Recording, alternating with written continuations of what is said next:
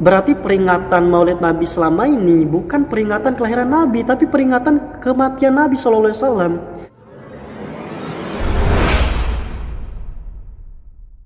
Assalamualaikum warahmatullahi wabarakatuh, teman-teman Sapas dimanapun kalian berada. Jumpa lagi dengan Sapas. Ntar dulu kita susun. Alhamdulillahirrabbilalamin. Allahumma sholli ala Muhammad wa ala Muhammad. Teman-teman yang dimuliakan Allah Subhanahu wa Ta'ala, jumpa lagi dengan Sapas pada kesempatan kali ini. Sapas sih sedikit sedih membahas materi kali ini ya, karena Sapas mengumpulkan berbagai macam sumber ya, terutama dari sumber klasik maupun sumber modern.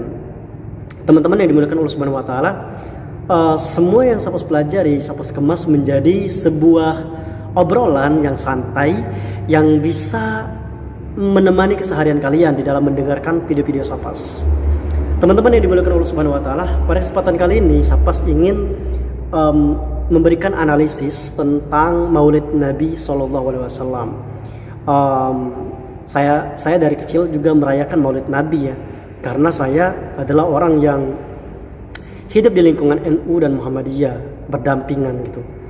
Jadi teman-teman yang dimuliakan Allah Subhanahu wa Ta'ala, pada kesempatan kali ini Sapas pengen mengajak kalian berpikir lebih dalam lagi, lebih terbuka lagi tentang tanggal kelahiran Nabi Muhammad SAW. Jadi teman-teman yang dimuliakan Allah Subhanahu wa Ta'ala, Sapas akan kasih analogi kalian ya. Sapas akan kasih analogi ke kalian mana ya?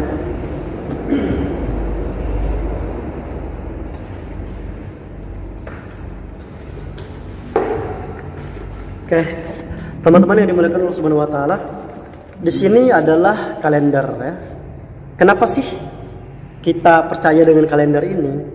Karena ini sudah sesuai dengan hitungan ahli hisab dan ahli falak ya. Jadi siapapun yang memiliki kalender ini sudah tepat sekali tanggal dan penetapan angka-angkanya. Nah, tidak ada yang meragukan kalender kan? Siapa di antara kalian meragukan kalender? Sapas mau nanya, ada nggak di antara kalian yang meragukan kalender? Atau jam yang ada di HP kalian? Atau jam yang ada di rumah kalian? Tidak ada yang meragukan.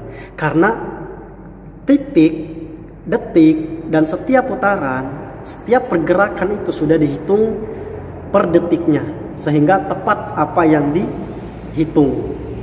Nah, ini tidak terlepas dari ilmu hisab dan ilmu falak.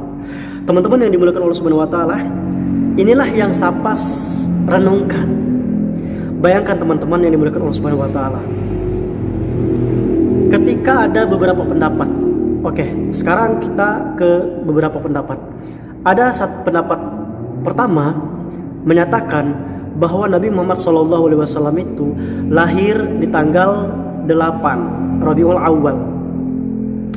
Yang kedua, ada pendapat mengatakan bahwa Nabi Muhammad SAW lahir di tanggal 10 Rabiul Awal. Lalu ada lagi jumhur ulama mengatakan bahwa Nabi Muhammad SAW lahir di tanggal 12 Rabiul Awal. Nah, dari semua kumpulan tanggal-tanggal ini diteliti lagi teman-teman yang dimuliakan Allah Subhanahu wa Ta'ala. Mayoritas kita memilih yang 12 Rabiul Awal ya. Itu karena kesepakatan jumhur ulama yang ada di Indonesia terutama ya. Ternyata ada ahli-ahli yang mereka itu tuh pernah menetapkan ini ya, meneliti tanggal sehingga terjadilah atau terbuatlah tanggal-tanggal dan jam-jam. Mereka adalah ahli hisab. Jadi ada orang yang bernama Mahmud Basha ya. Jadi beliau ini pada ratusan Masehi ya, meneliti tentang tanggal itu, tanggal tadi, tanggal 8, tanggal 10, tanggal 12 Rabiul Awal. Benar nggak sih di tanggal itu? Benar gak sih di tanggal itu Nabi Muhammad SAW lahir gitu? Jadi ahli hisab ini mengumpulkan fakta-fakta, menghitung ulang dengan ilmunya, dengan ilmu hisab, menghitung ulang dari gerhana, munculnya gerhana yang terjadi tepatnya di setiap Syawal gitu ya, setiap Syawal gitu, sehingga ketemulah pada akhirnya peneliti ini, ahli hisab ini mengatakan detailnya bahwa dulu ahli sejarah dengan ilmuwan menetapkan bahwa tanggal kelahiran Nabi Muhammad SAW itu jatuh pada 9 Rabiul Awal. Nah, teman-teman yang dimuliakan Allah Subhanahu wa taala, Mahmud Basya ini ahli hisab kemudian menetapkan kembali, meneliti kembali tanggal-tanggal yang tertera itu. Tanggal 8, tanggal 9, tanggal 10, tanggal 12. Jadi tanggal itu dikumpulkan menjadi sebuah penelitian oleh ahli hisab ini, ahli falak ini, Mahmud Basya. Lalu teman-teman yang dimuliakan Allah Subhanahu wa taala, apa yang terjadi? Yang terjadi ternyata teman-teman yang dimuliakan Allah Subhanahu wa taala, tanggal kelahiran Nabi itu bukan tanggal 12 Rabiul Awal, tapi tanggal kelahiran Nabi SAW adalah tanggal 9 Rabiul Awal. Dan ulama bersepakat bahwa kematian Nabi SAW itu di umur 63 tahun. Ahli hisab ini, ahli falak ini mengumpulkan data kembali, disinkronkan dengan kematian Nabi Muhammad SAW, dan ditemukan faktanya adalah Nabi Muhammad SAW meninggal tepat pada 12 Rabiul Awal. Jadi kelahiran Nabi SAW pada tanggal 9 Rabiul Awal dan meninggal pada 12 Rabiul Awal. Jadi teman-teman yang dimuliakan Allah Subhanahu wa taala, setelah melihat fakta ini saya merenung, siapa sih yang pertama sekali mengadakan Maulid Nabi SAW? Padahal Rasul SAW dulu ketika ditanya oleh seseorang, kenapa Rasul puasa di hari Senin, maka Rasul SAW mengatakan bahwa Yaumun wulitu fihi, adalah hari di mana aku dilahirkan. Dan ulama sepakat bahwa Rasul SAW lahir pada hari Senin. Nah, Mahmud Basya ini ketika meneliti bahwa Senin itu tepat tanggal 9, persis yang dikatakan Nabi SAW. Teman-teman yang dimuliakan Allah Subhanahu wa taala, saya merenung kembali sedalam-dalamnya melihat sebuah fakta ini. Apalagi ketika saya mendengar para kiai gitu mengatakan, Syekh Kiai Haji Said Akil Siraj mengatakan bahwa Maulid Nabi pertama sekali dilakukan oleh Khilafah Fatimiyah, oleh orang-orang Syiah.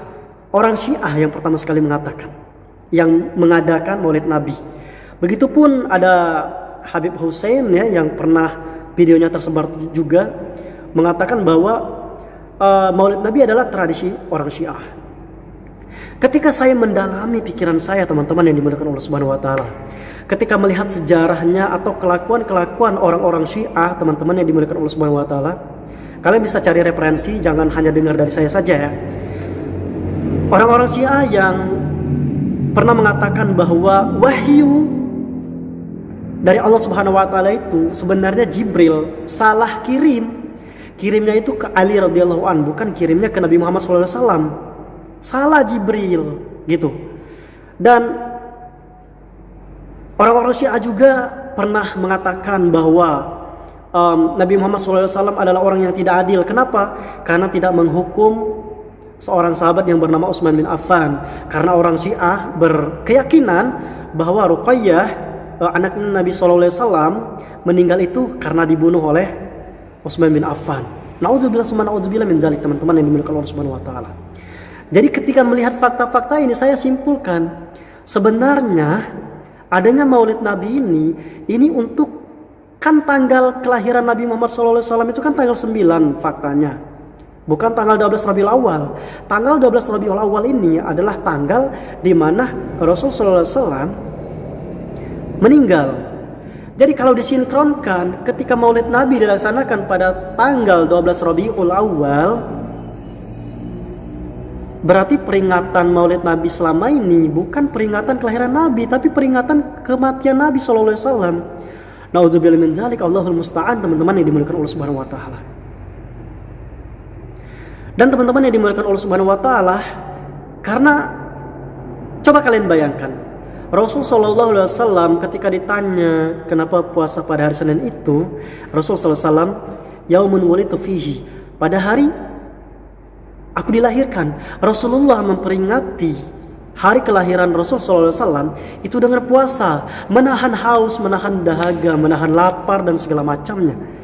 Tapi perayaan Maulid Nabi, makan-makan, joget-joget dengan marawis segala macam lah, apakah tidak berseberangan dengan Nabi Muhammad SAW? Rasulullah yang hari Senin seumpamanya, sekiranya Nabi Muhammad SAW masih hidup, kemudian ada yang melaksanakan atau merayakan Maulid Nabi SAW dengan acara-acara makan-makan, terus lagi ada marawis-marawis, nari-nari, bagaimana coba? Nabi puasa, kita makan-makan. Sekiranya hidup di zaman saat ini, sangat tidak sinkron teman-teman yang dimuliakan Allah Subhanahu wa taala. Teman-teman, saya tidak menjudge kalian sebagai apapun itu. Saya hanya merenungkan ini untuk diri saya sendiri. Dan kalian silakan merenungkan untuk diri kalian sendiri. Karena saya tidak punya otoritas untuk memaksa kalian. Saya mempersilahkan kalian dengan segala pilihan kalian, dan saya membebaskan kalian. Apa yang saya katakan ini sebuah fakta yang saya renungkan dan saya pikirkan dan saya ceritakan ke kalian semuanya, teman-teman. Ayo mari kalian buka kembali fakta-fakta yang saya ungkapkan tadi, dan kalian renungkan, benar-benar renungkan. Kalau secara dipikir, ketika ada orang-orang Syiah membenci istri Rasul sallallahu alaihi wasallam, kemudian mengatakan Rasul sallallahu alaihi wasallam tidak adil, tidak menegakkan hukum, apa mungkin orang yang mencintai Nabi akan merayakan hari kelahiran Nabi? Saya rasa tidak. Orang yang tidak suka pasti akan melaksanakan apa yang dia suka, tapi tidak disukai oleh orang yang tidak disuka tadi. Contoh, Nabi Muhammad SAW lahir di tanggal 9 Rabiul Awal, meninggal di 12 Rabiul Awal. Kemudian orang merayakan kematian Nabi. Apakah mungkin orang yang membenci Nabi dan istri Nabi merayakan kelahiran Nabi? Allah Ta'ala alam, teman-teman yang dimuliakan Allah Subhanahu wa taala. Dan ini renungan buat kita semua. Bukan renungan untuk saya sendiri, renungan buat kita semua. Ilmu itu luas, kalian silakan belajar, kalian silakan buka faktanya. Saya mengajak kalian berpikir untuk lebih baik lagi ke depannya. Teman-teman yang dimuliakan Allah Subhanahu wa taala. Jadi semoga Allah memberikan kita cahaya di antara cahaya-cahaya ilmu yang bertebaran di mana-mana. Teman-teman yang dimuliakan Allah Subhanahu wa taala. Lagi-lagi ini adalah kerisauan saya gitu ya, ketika memikirkan hal-hal yang harus dipikirkan. Semoga kedepannya teman-teman bisa mengambil ibrah dari apa yang saya sampaikan ini. Jika kalian suka, bagikan. Suka dan ini ada kebenaran dan kebaikan, silakan bagikan. Berikut dengan fakta-faktanya silakan kalian bongkar sendiri, buka-buka sendiri, cari referensi sebanyak mungkin dari apa yang saya katakan. Kalian akan menemukan itu dan berpikirlah sebagaimana saya mencoba untuk memikirkan itu. Mungkin ini saja teman-teman video kali ini, lebih dan kurang saya mohon maaf. Assalamualaikum warahmatullahi wabarakatuh.